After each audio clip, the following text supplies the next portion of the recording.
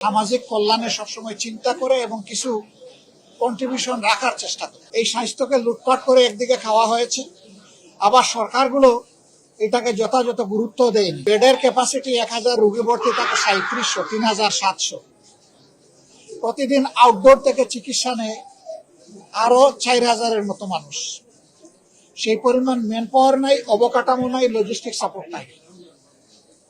না থাকার কারণে স্বাস্থ্য খাতের এই বিশ্রী অবস্থা।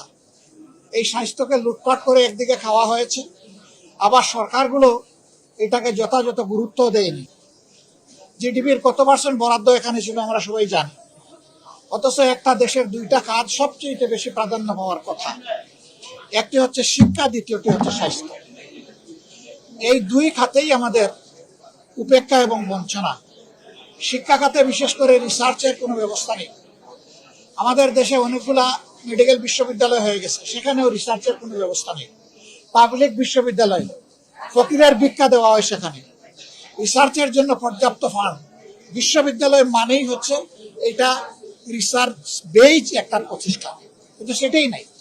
আমরা এই সবগুলা দেখলাম। আমরা হামের ওয়ার্ড এবং আইসিইউ ছাড়াও আরো কিছু ওয়ার্ড আমরা পরিদর্শন করেছি। তারা তাদের সামর্থ্যের ভিতরে সর্বোচ্চটা দেওয়ার চেষ্টা করছেন, কিন্তু সামর্থ্যের সীমাবদ্ধতা আছে। আমরা এই ব্যাপারে কথা বলবো, কাজ করবো ইনশাআল্লাহ। আপনারা জানেন যে বাংলাদেশ জামাত ইসলামী সামাজিক কল্যাণে সবসময় চিন্তা করে এবং কিছু কন্ট্রিবিউশন রাখার চেষ্টা করে। এই হাসপাতালে সেই সুযোগ আছে। আমরা তাদেরকে একটা বিষয় আশ্বস্ত করেছিলাম, তারা এর বাইরে গিয়ে আরেকটা বিষয় আমাদের কাছে প্রত্যাশা করেছেন। এখানে ব্রঙ্কোস্কোপির জন্য ব্রঙ্কোস্কোপ নাই, অথচ ম্যাক্সিমাম শিশু আছে এই সমস্যা নিয়ে। তারা এইটুকু আমাদের কাছে প্রত্যাশা করেন।